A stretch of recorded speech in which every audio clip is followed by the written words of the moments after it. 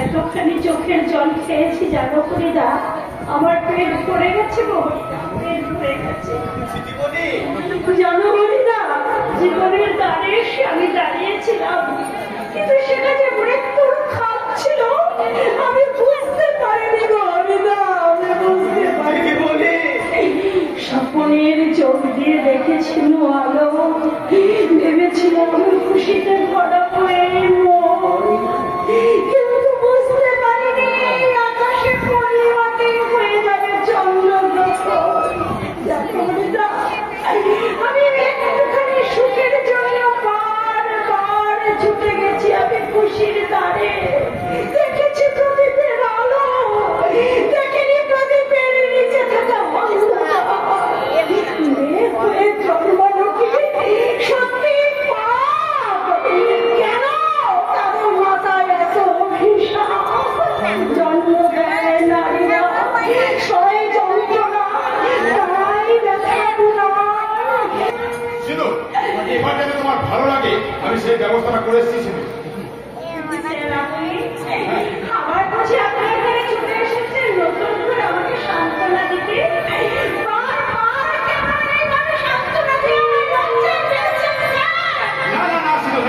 এই লঞ্চটা শুধু তোমার নয়, এই লঞ্চ আমাদের গোটা পুলিশ ডিপার্টমেন্টে। আর হ্যাঁ, এই লঞ্চটা আমার, তাই আমি এর শেষ দেখতে চাই।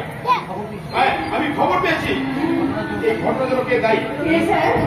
পুলিশের সাদা সে একজন দাগি আসামি, আর জানো সে টাকার বিনিময়ে সবকিছু করতে পারে, আর তার নাম হচ্ছে শঙ্কর। তোমার ওই ঘটনা দিন আমি তোমাদের বাড়িতে ছিলাম, আর আমার গাড়ির ড্রাইভার রাজু সে বাড়ি বাইরে ছিল। সে দেখেছে ওই বাসটার সম্পর্কে তোমাদের বাড়ির বাইরে কাছে টপকে চলে যেতে, আর আমি ওই রাজু জবানবন্দির ওপর কথা ভিত্তি করে এই আজই ওই বাসটারটাকে আমি অ্যারেস্ট করেছি। আর হ্যাঁ, কালকে আমাকে কোর্টে দেবো, আর তোমাকেও আমার সঙ্গে কোর্টে যেতে পারে। কোনো কিন্তু নয়, কোনো কিন্তু নয়, তোমার গোটা মুখটা কালো কাপড় ঢাকা থাকবে, আর আমি এর শেষ দেখতে চাই। আর হ্যাঁ, আর একটা কথা, তোমার রেজিগনেশন লেটারটা আমি ওপর মহলে পাঠাই। আমি শুধু তোমাদেরকে বলেছি তুমি দিন কয়েক ছুটিতে আছো, কারণ আমি চাই ওই শঙ্করের সাজা হয়ে গেলে তুমি আবার নতুন করে ডিউটিতে জয়েন করবে।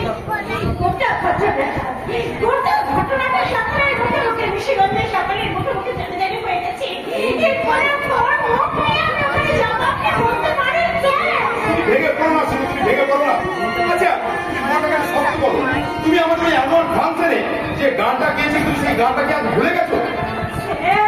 হ্যাঁ, ওই যে গানটা We shall overcome, we shall overcome, we shall overcome someday.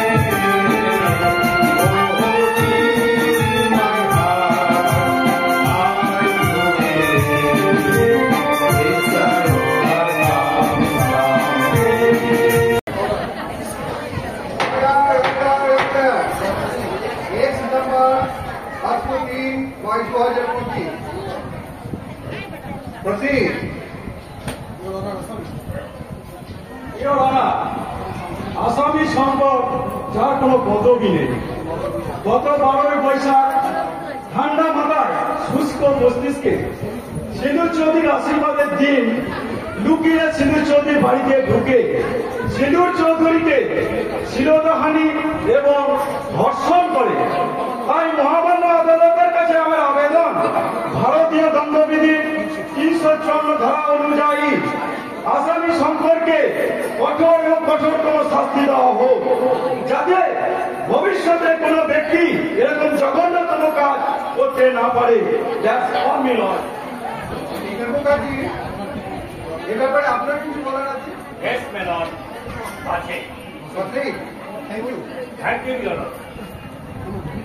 কোন মহিলা ধর্ষিতা হোক কিংবা কোন ধর্ষিতা মহিলা আদালতে সুবিচার না পায়, মানুষ হিসেবে সেটা আমি কোনোটাই চাই না।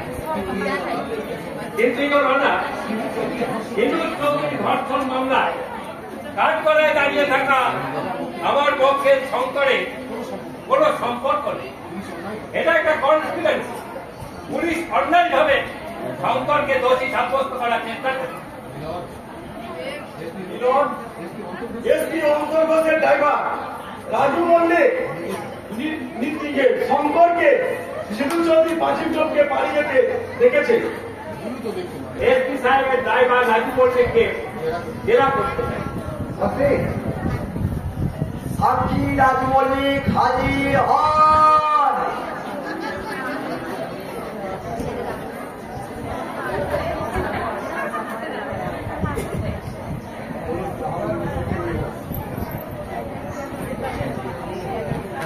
বলুন, যাহা বলিব সত্য বলিব, সত্য বই মিথ্যা বলিব না। যা বলিব সত্য বলিব, সত্যবার মিথ্যা বলিব না। আপনার নাম?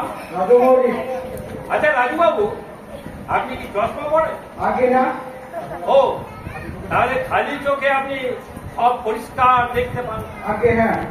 আচ্ছা বলুন তো, সেদিন অর্থাৎ ঘটনার দিন সিধু চৌধুরীর বাড়ির পাঁচিল চৌকে যাকে আপনি পালিয়ে যেতে দেখেছিলেন, এনেই কি সেই ব্যক্তি?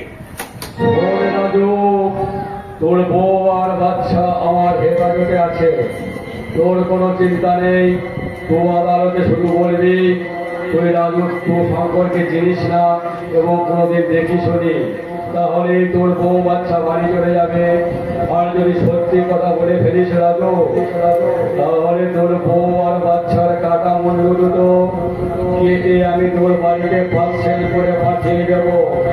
হরে কৃষ্ণ। আপনি চুপ করে দাঁড়িয়ে আছেন কেন? আদালতের মূল্যবান সময় আপনি নষ্ট করবেন না।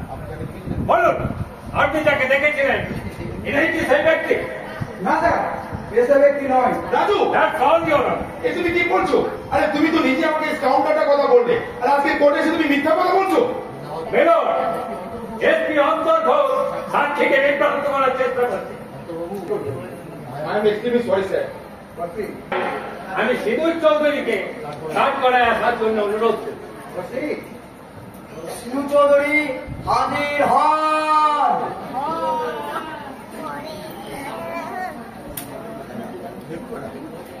দেখুন ম্যাডাম, আমি জানি আপনার একটা সম্মান আছে, তাই প্রকাশ্যই আদালতে আপনার কেচ্ছার কথা বলতে আমি আড়স্ত বলছি। যদিও আমার মক্কেল শঙ্করকে নির্দোষ প্রমাণ করতে হবে, তাই সেই কারণেই আমি কিছু কথা বলতে বাধ্য হচ্ছি। তা কতদিন ধরে করেন এই ব্যবসা? এসব আপনি কি বলছেন? আমি বলতে চাচ্ছি, পুলিশের চাকরি করে যে টাকা আপনি বেতন হিসেবে পান, সেই টাকায় সন্তুষ্ট না হয়ে আমি অতিরিক্ত অর্থ উপার্জনের জন্য দিনের পর দিন করে চলেছেন দেহ ব্যবসা। আপনি চুপ করুন। আপনার এই কথাগুলো আমার কানে কাটার মতো দিচ্ছে। হে ভগবান, এই কথাগুলো শোনার আগে তুমি আমাকে মৃত্যু দিলে না কেন? আপনি যা বললেন তার কোনো প্রমাণ এনে দিতে পারবেন? Yes, my lord. আমি জানতাম আদালত প্রমাণ চাইবে, তাই আমি সাক্ষীকে ধরে Yes, my lord.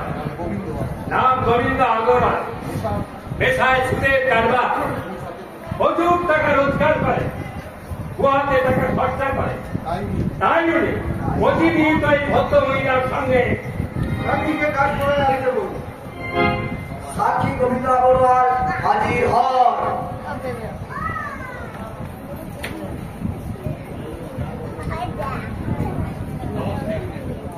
বলুন, যাহা বলিব সত্যি বলিব, সত্য বই মিথ্যা বলিব না। क्यों नहीं? जाओ बोलिए साथ बोलिए, साथ की सेवा छुट्टी बोलूंगा। আচ্ছা মিস্টার আগরওয়াল, এই মেয়েটির সঙ্গে আপনার কতদিনের সম্পর্ক?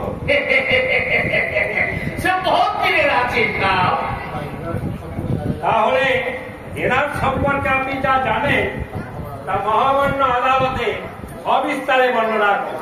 क्या करेगा दोस्तों? वो लड़की को हमें मुने मुने बहुत प्यार करी, ওকে আমি কিন্তু পার করে আছি, जितना रुपया লাগে আমি দিলে কিন্তু সুতরাং আমার কথা, যে রুপিয়া আমি দিত তার সাথে চলে যেত।